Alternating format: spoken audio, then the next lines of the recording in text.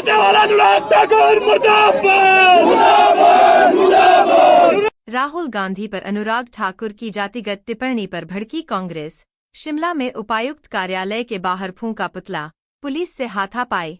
कांग्रेस नेता बोले मंत्री पद न मिलने से बौखलाहट में अनुराग, राहुल गांधी से मांगे माफी। संसद में विपक्ष के नेता राहुल गांधी पर सांसद अनुराग ठाकुर की जातिगत टिप्पणी से कांग्रेस पार्टी काफी आक्रामक है। प्रदेश कांग्रेस कमेटी के आह्वान पर शिमला में उपायुक्त कार्यालय के बाहर कांग्रेस पार्टी के अग्रणी संगठनों के सभी पदाधिकारियों ने संयुक्त विरोध प्रदर्शन किया और अनुराग ठाकुर का पुतला भी फूंका, जिसमें पुलिस के साथ भी हल्की धक्का मुक्की हुई। इस दौरान कांग्रेस नेताओं ने केंद्र की भाजपा सरकार के खिलाफ जबरदस्त नारेबाजी की और अनुराग ठाकुर से माफी मांगने की मांग की। कांग्रेस नेताओं ने अनुराग ठाकुर पर जुबानी हमला बोलते हुए कहा कि राहुल गांधी गरीब और दलित समाज के मुद्दों को मजबूती से उठा रहे हैं, जो केंद्र की भाजपा सरकार को रास नहीं आ रहे हैं। संसद में अनुराग ठाकुर की राहुल गांधी पर जातिगत टिप्पणी दुर्भाग्यपूर्ण है और इसके लिए अनुराग ठाकुर को माफी मांगनी चाहिए। अनुराग ठाकुर को मंत्री पद नहीं मिला, इसलिए अपनी खीज मिटाने और मोदी को खुश करने के लिए अमर्यादित और अशोभनीय बयानबाजी कर रहे हैं, जो कांग्रेस पार्टी बर्दाश्त नहीं करेगी। अनुराग ठाकुर होश में, राहुल गांधी जिंदाबाद।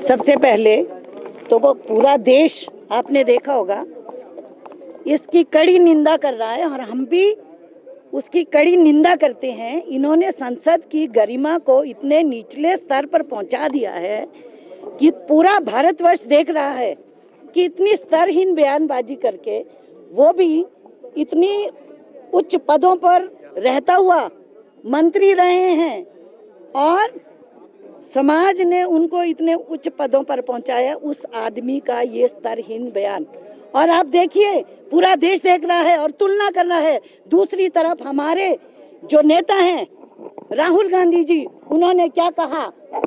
उन्होंने ये कहा, मैं जब पिछड़ा वर्ग, दलित और पिछड़े समाज, गरीबों की जब मैं आवाज उठाऊंगा तो भारतीय जनता पार्टी के पेट में दर्द जरूर होगा। क्यों? क्योंकि ये पूंजीपतियों की सरकार है। ये पूंजीपतियों के बारे में सोचती है, ये गरीब के बारे में नहीं सोचती है, दलित के बारे में नहीं सोचती है और किसानों के बारे में नहीं सोचती है, युवाओं के बारे में नहीं सोचती है। हमारे राहुल गांधी जी उनके बारे में सोचते हैं, हर वर्ग के बारे में सोचते हैं। और राहुल गांधी जी ने क्या कहा कि मुझे इनकी माफी मांगने की जरूरत नहीं है। इसे कहते हैं संस्कार। संस्कार बोलते हैं राहुल गांधी जी को अपनी जात बताने की जरूरत नहीं है, किसी प्रमाण पत्र की जरूरत नहीं है राहुल गांधी जी को। उनकी दादी स्वर्गीय इंदिरा गांधी जी, जिन्होंने इस देश के लिए अपना बलिदान दिया और पाकिस्तान जो हमारा सबसे बड़ा दुश्मन है उसके दो टुकड़े किए।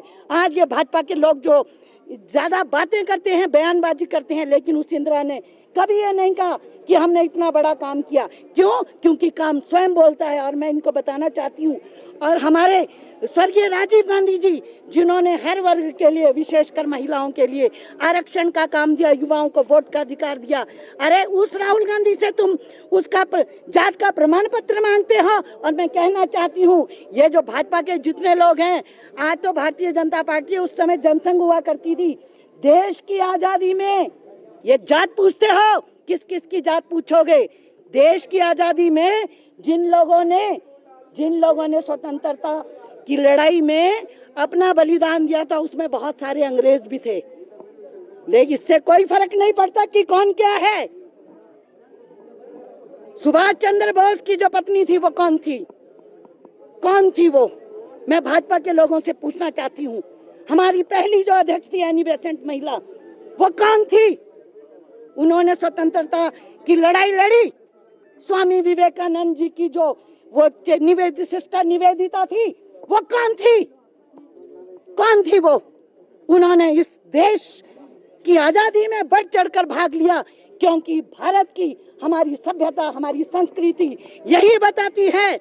उससे प्रभावित होकर उन लोगों ने स्वतंत्रता के आंदोलन में भाग लिया। मैं पूछती हूँ, इनके कितने लोग थे जिन्होंने स्वतंत्रता आंदोलन में भाग लिया, जिन्होंने देश की आजादी के लिए काम किया?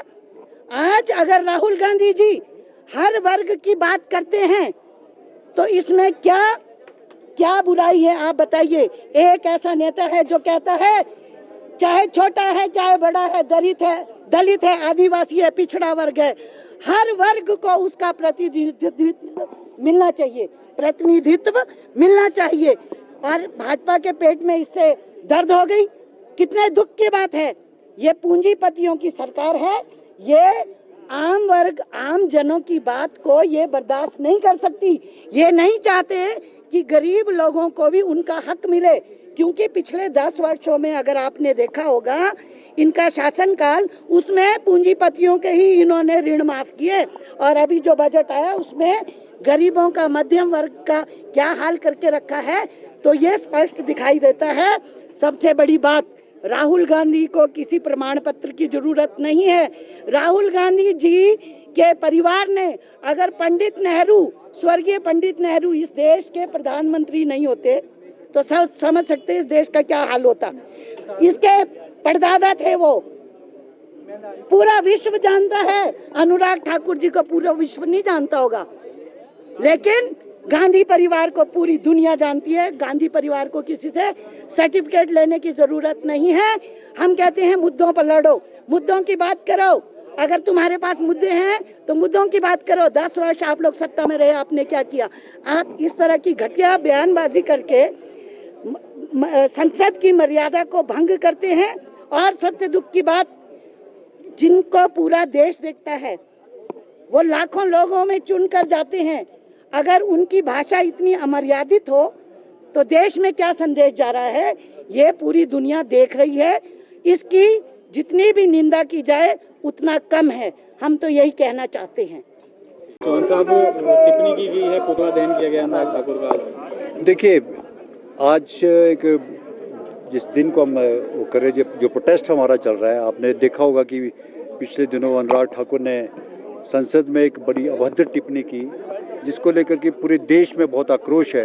एक 4 या 5 दफ़ा जिस सांसद को चुना जाने के बाद संसद में एक इस तरह का बयान देना बड़ा दुर्भाग्यपूर्ण है, और इतनी उनकी मानसिकता और उसको दर्शाता कि वो कितने लेवल तक, घटिया राजनीति तक आप उतर आए हो, जो एक संसद की गरिमा को भी नुकसान पहुंचा रहा है। और जाति की जो राजनीति, बंटवारे की जो राजनीति जिस तरह से की जाती है, वो एक मंत्री नहीं बने। तो मैं इस चीज़ को मान सकता हूँ, क्योंकि एक फ्रस्ट्रेशन है कि आपको मंत्री नहीं बना, आप अपने प्लेटफॉर्म पे लड़िए, लेकिन संसद का एक आपका दायित्व है। आप इतने बड़े पदों पे रहे, युवा के अध्यक्ष रहे, 4 बार आप सांसद रह लिए, एक इस तरह की टिप्पणी करना आप हमारे लिए बड़ा, ये आपके देश के लिए एक घातक है, ये इस तरह की अभद्र टिप्पणी करना। और मैं समझता हूँ कि आपको जो नुकसान, आपको जो मंत्रिमंडल नहीं मिला है, वो उसकी जो फ्रस्ट्रेशन है वो मंत्री मोदी जी के सामने आप रखना चाहते हैं। लेकिन जिस भाषा का आपने दुरुपयोग किया है,